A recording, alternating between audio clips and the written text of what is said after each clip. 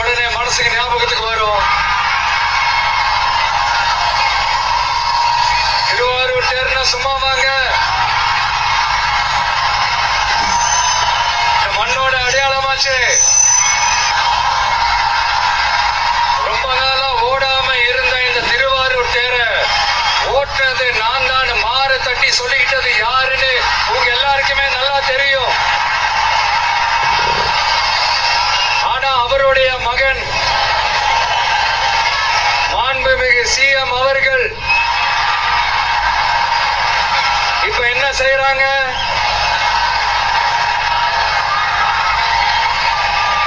நல்லா ஓட வேண்டிய தமிழ்நாடு என்ற தேர நாலா பக்கமும் கட்டைய போட்டு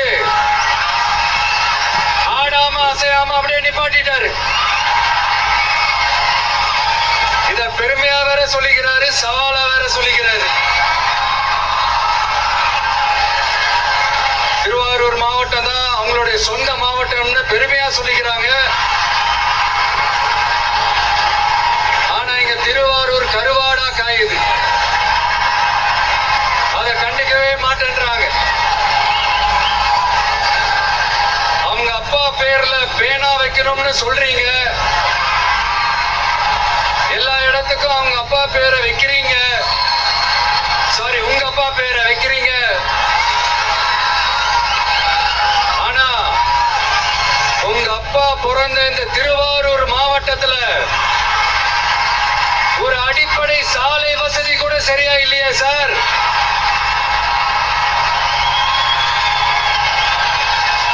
நாகப்பட்டினம் மாதிரியே திருவாரூர்லயும் அதிகமா குடிசை பகுதிகள் இருக்கிற ஊரு இந்த திருவாரூர் ஊர் தான்.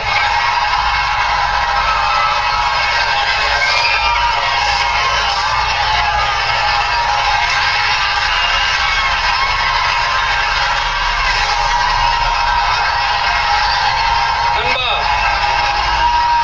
உன்னதான் கேக்குறேன், இங்க இருக்கிற யூனிவர்சிட்டியில எல்லா டிபார்ட்மெண்ட்ஸும் இருக்கு இருக்காது?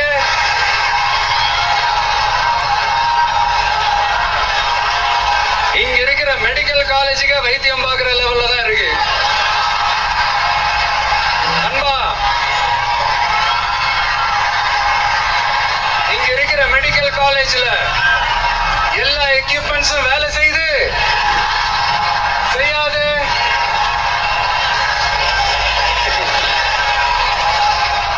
திருவாரூர் ஒரு மாவட்டத்தோட தலைநகர்.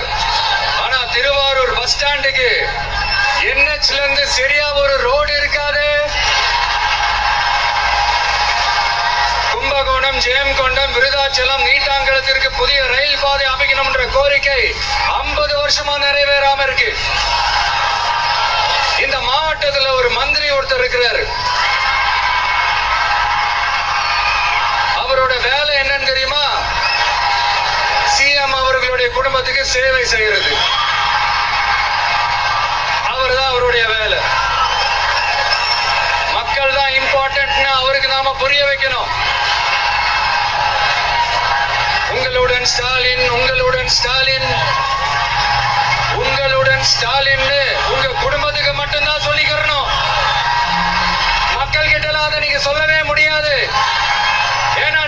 மக்கள் கூடவே இல்லையே. இத நான் சொல்லல, ஒரு ஃபேமஸான ஒரு வார பத்திரிகையில் இதை மென்ஷன் பண்ணியிருந்தாங்க. அதைத்தான் நான் ரிப்பீட் பண்றேன். அப்புறம் இன்னொரு முக்கியமான ஒரு விஷயம், நம்ம இந்த டெல்டா பகுதியில் இருக்கிற விவசாயிங்க ஒரு கொடுமையா ஒண்ணு அனுபவிச்சுட்டு இருக்கிறாங்க. அந்த புகார் ஒண்ணு வந்தது. அது என்னன்னா, இந்த மாவட்டத்தில் இருக்கிற இந்த கொள்முதல் மையங்கள்ல இந்த நெல்ல ஏத்தி இறக்கிறதுக்கு, அதாவது லோடிங் அண்ட் அன்லோடிங், அதுக்கு ஒரு 40 கிலோ மூட்டைக்கு 40 ரூபா கமிஷன் வாங்குறாங்களாம். அரசாங்கமே ஒரு மூட்டைக்கு 10 ரூபா கொடுக்கறாங்க. ஆனா இவங்க அதுக்கு மேல 40 ரூபா கமிஷன் வாங்குறாங்க. ஒரு டன்னுக்கு 1000 ரூபாய் கமிஷன். நீங்க கணக்கு போட்டு பாத்தீங்கன்னா இந்த 4.5 வருஷத்துல பல கோடிகள் இந்த டெல்டா பகுதிகள் இருக்கிற இந்த விவசாயிங்க கிட்ட இருந்து கமிஷனா புடுங்கி இருக்கிறாங்க. இத வேற யாராவது சொல்லியிருந்தா கூட நான் நம்பி இருக்க மாட்டேன். ஆனா என்கிட்ட சொன்னதே விவசாயிங்க தான். விவசாயிங்க பொய் சொல்ல மாட்டாங்க. சிஎம் சார், இது உங்க ஆட்சியில நடந்திருக்குது. உங்களுக்கு வேணா 40க்கு 40னா அது எலெக்ஷன் ரிசல்ட்டா இருக்கலாம். ஆனா இந்த டெல்டா பகுதியில் இருக்கிற விவசாயிகளுக்கு 40க்கு 40னா அவங்க வயிற்றுல அடிச்சு நீங்க வாங்கின கமிஷன்.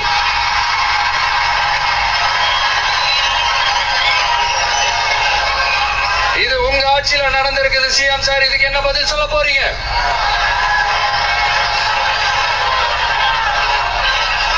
நான் அரியலூர்ல ஒரு விஷயம் நான் சொன்ன, திருப்பி நான் பேசுறேன். ஏன்னா அது ஆழமா உங்க மனசுல பதியணும்ன்றதுக்காக. என்னடா இவன் கேள்வியா கேட்கிறான்னு நினைக்காதீங்க. தீர்வை காண்டி போறதும் தீர்வை நோக்கி போறதும் தான் நம்ம டிவிக்கோட லட்சியமே. நம்மளுடைய தேர்தல் அறிக்கையில அதுக்கான விளக்கத்தை தெளிவா கொடுப்போம். இந்த பொய்யான தேர்தல் அறிக்கையெல்லாம் நாங்க கொடுக்கவே மாட்டோம். எது நடைக்கு சாத்தியமோ, எது உண்மையோ அதை மட்டும்தான் சொல்லுவோம், அது மட்டும்தான் செய்வோம். கல்வி, ரேஷன், மருத்துவம், குடிநீர், அடிப்படை சாலை வசதி, மின்சாரம்னு, பெண்கள் பாதுகாப்பு, சட்டம் ஒழுங்கம்னு, இந்த மாதிரி அடிப்படை விஷயங்கள்ல நோ காம்ப்ரமைஸ். சிம்பிளா நம்மளுடைய விஷன் என்னன்னு சொல்லணும்னா, ஏழ்மை வறுமை இல்லாத தமிழகம், குடும்ப ஆதிக்கம் இல்லாத தமிழகம், ஊழல் இல்லாத தமிழகம், உண்மையான மக்களாட்சி, மனசாட்சி உள்ள மக்களாட்சி. கான்பிடண்டா இருக்க மக்களே, நல்லதே நடக்கும், வெற்றி நிச்சயம். மீண்டும் சந்திக்கும் வரை நன்றி, வணக்கம். நண்பா, ஒரே ஒரு டவுட், எங்க போனாலும் இது வெறும் சும்மா கூட்டம், ஓட்டு போட மாட்டாங்கன்னு சொல்றாங்க. அப்படியா? இது என்ன சும்மா கூட்டமா?